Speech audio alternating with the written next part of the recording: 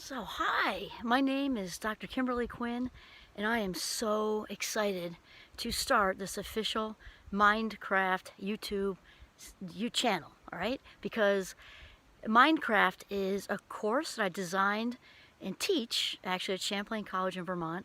And I've decided, I watch a lot of uplifting YouTubes and I just decided to really get this out there because Mindcraft has been enormously successful with my students. And what it is sort of the science of optimal human functioning and life satisfaction, living your best life. And there's a lot of that out there, though this has a little bit of a unique twist because it's all about sort of working at strategies and incorporating the strategies into our lifestyle about becoming the boss of our brain. That's what it is about, becoming the boss of our brain, because thoughts come first and feelings come second. I gotta move, it's just too nice out. Thoughts come first and feelings come second, and then actions or behavior, next. And I think a lot of people don't fully get this because maybe they just don't stop to think about it. I don't know. And of course, there's a lot out there about we are what we eat, and not to dismiss nutrition for sure, because that's absolutely important for how we feel, every day, and longevity and everything like that. Though when you come right down to it, it's all about the mind. We're and a peaceful mind is a powerful mind. We know that to be true. And so Mindcraft, since this is the trailer, we're going to give you the gist, and then after this we'll kind of zoom in on one topic. But some of the topics I discuss with my students are how to manage the monkey mind. And no matter whether somebody's diagnosed or not with anxiety, life doesn't really exist in polarized, we have it or we don't, or life's a spectrum. I mean, not just in the sense we talk about autism's on a spectrum, and gender and sexuality on a spectrum, and spectrum. Really, anything is on a spectrum because polarizations just don't exist. So I explain this to my students that with anxiety and excessive compulsive thinking, there's a whole middle range. You've got somebody maybe diagnosed and maybe having trouble getting out of the door over here, right? And then we've got somebody who's maybe a little neat over here, and then there's the whole middle of people who are functioning. They're functioning, they're going to work or going to school or both, parenting, doing all that sort of thing, and adulting or young adulting. And yet they're exhausted from holding all that stuff together. They're exhausted from holding all that stuff together and doing the world, So Mindcraft, we discuss, tips and strategies to manage these unwanted, intrusive thoughts that, kind of keep us from living our best life. That's one thing.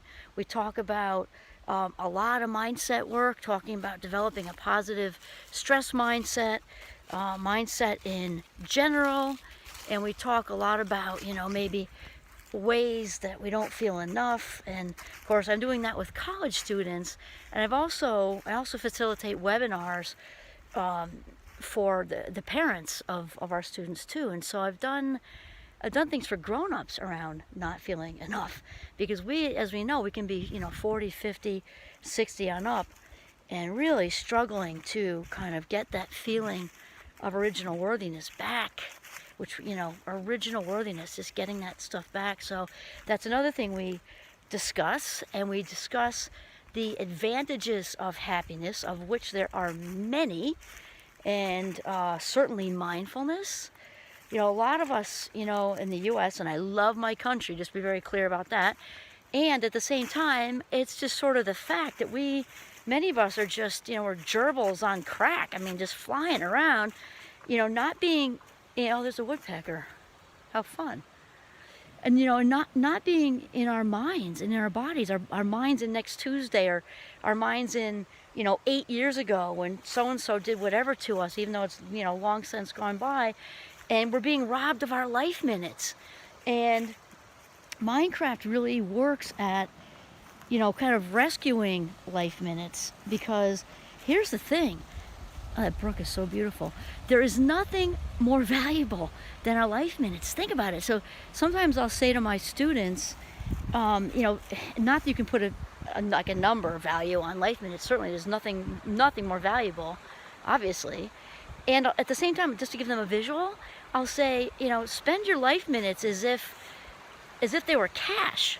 You wouldn't think of, look at that brook. Can you see that? It's just gorgeous. Think about, you wouldn't take a Ben Franklin, like $100 bill, and just light a match to it, right? I mean, no one would do that, probably.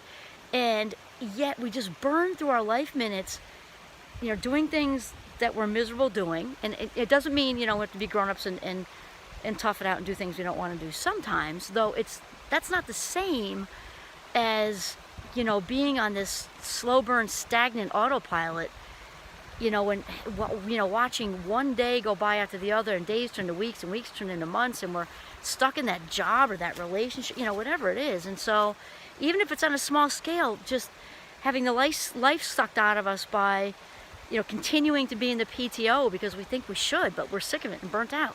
And that's an hour, even an hour to a month. Imagine if we add those hours up, when we're 100, and I'll be skydiving, hopefully. We add all those minutes up, which turn into hours, which turn into days and weeks and months, and we're going to want them all back. At a fabulous 56, I know I'm going to want them all back. So Mindcraft does a lot with really making the best use of our life minutes. And again, that has to do with managing anxiety. Again, diagnosed or not the point. Managing the feelings of not enough. We also do, and the advantages of happiness, like I said.